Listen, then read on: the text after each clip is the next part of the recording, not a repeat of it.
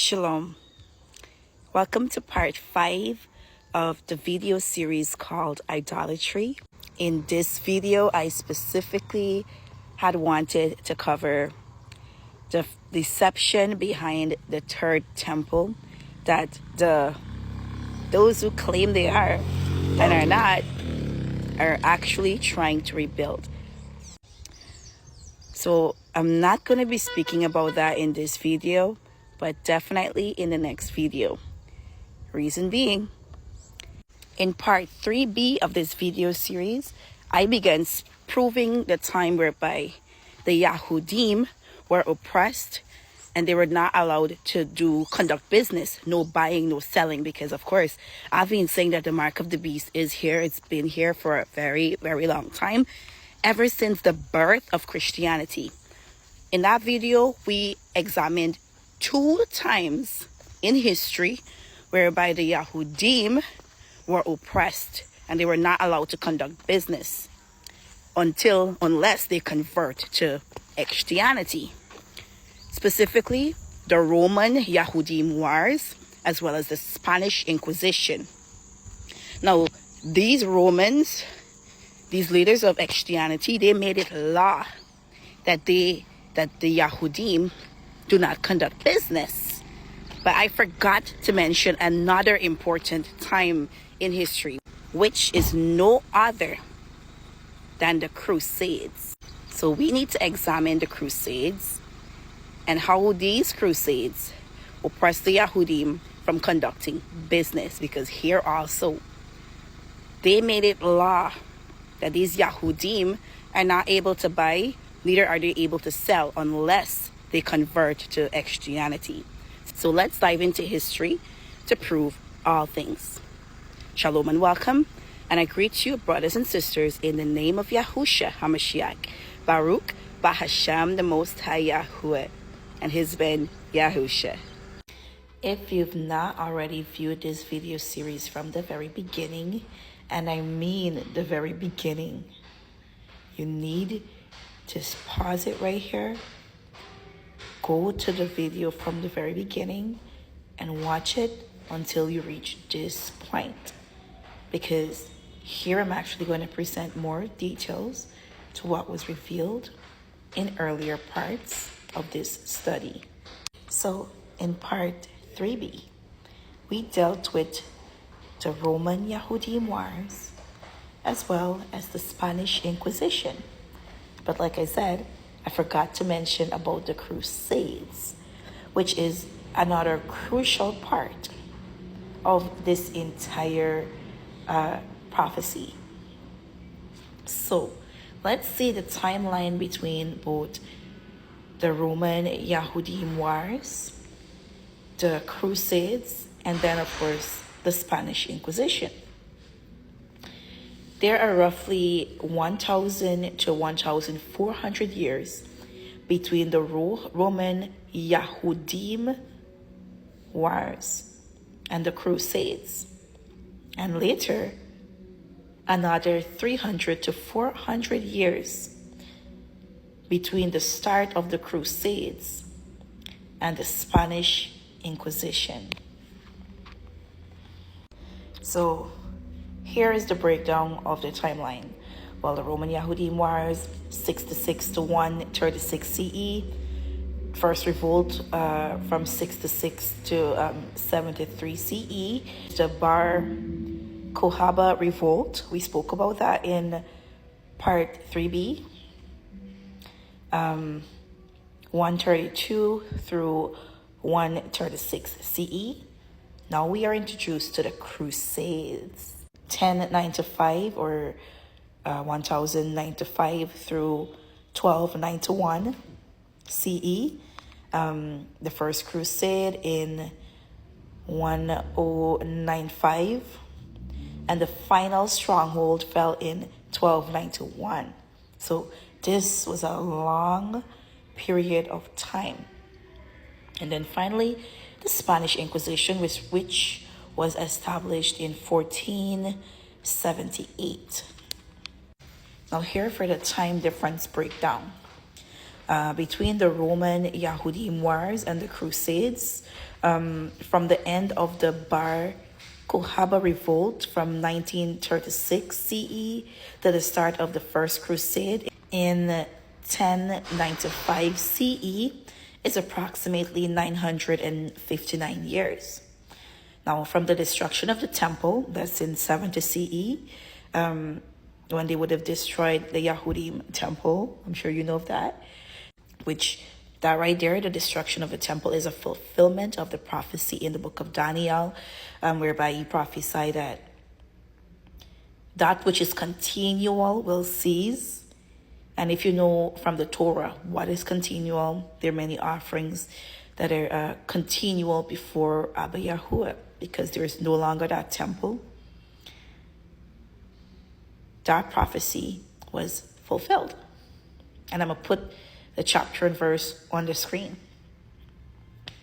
And this is specifically why the next video about the deception concerning the third temple that the wannabe Yahudim are doing is so important.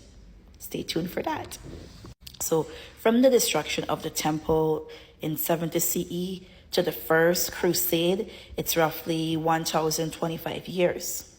Now, between the Crusades and the Spanish Inquisition, from the end of the main Crusades, from 1291 CE to the start of the Spanish Inquisition, 1478 CE, there is roughly 187 years. Now, from the start of the Crusades, 1095 CE to the Inquisition, 1478 CE, there is about 383 years. Now, just like the Spanish Inquisition and the Roman Yahudim wars, there were many casualties of the Yahudim. Let's read a little bit of it. So, the Crusades, starting at 1096, were a catastrophic turning point for European Yahudim. So the Yahudim who actually lived there, they were not European Yahudim. They were people like me living there. Remember, Asia is the home of the Yahudim.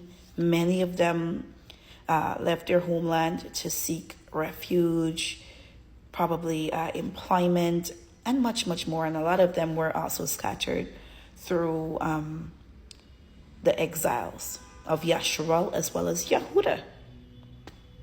So that should not be any coincidence. So marking the transition from sporadic local persecution to organized large-scale violence. While the primary goal of the crusade was to fight Muslims in the Holy Land, Crusaders, particularly the People's Crusade in 1096, targeted Yahudim communities in Europe, viewing them as enemies of Christ, who should be destroyed or forcibly converted before attacking infidels abroad. Yeah. The First Crusade in 1096 and the Rhineland's massacre. That's what it really is, massacre of the Yahudim. The most severe atrocities occurred during the First Crusade, especially in the Rhinelands region of Germany, targeting communities. So in April and May of 1096, Franzil's mob attacked Yahudim centers in Spiers, Worms, Manes, and Cologne. Pause and read the rest. I want to get to the buying and selling. Pause and read. Pause and read. And notice how, just like the Spanish Inquisition, this was about conversion. It was basically about a conversion from their laws, their customs, to this pagan religion of Christianity. Pause and read. Now here is where I want to be.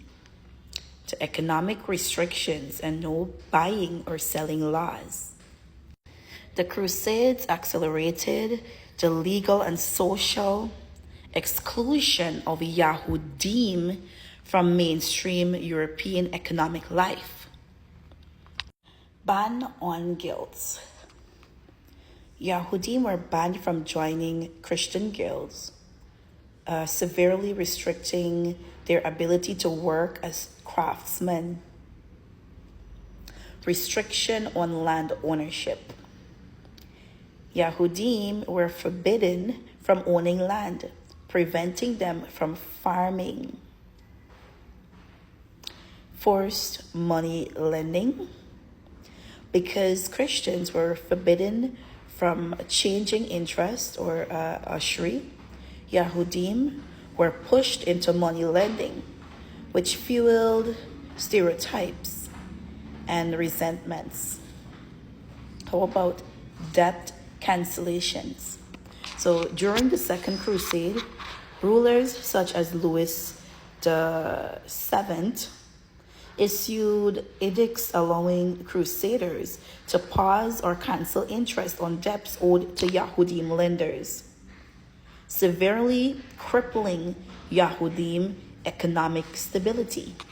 Now, restriction on trades. Restriction on trades.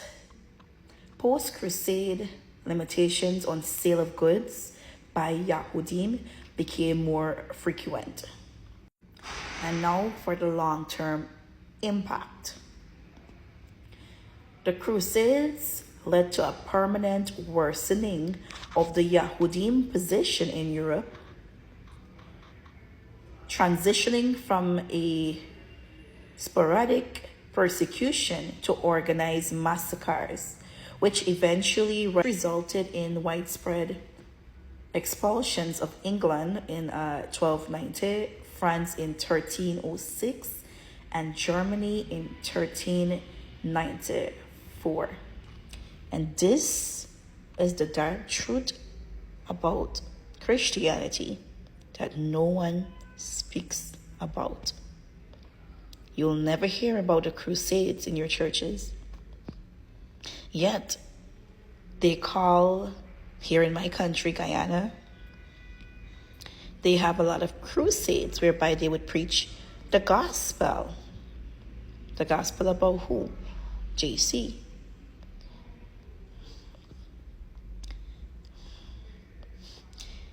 Crusade has a very, very dark history that they do not speak of. Yet you attend these crusades in the churches, not knowing the history of it. But they also do not tell you about the Roman Yahudim wars that the church started, that the Romans started. And they also do not tell you of the Spanish Inquisition. I hope that this shined a bit more light into what I presented in part 3B. And stay tuned for the next part. Shalom.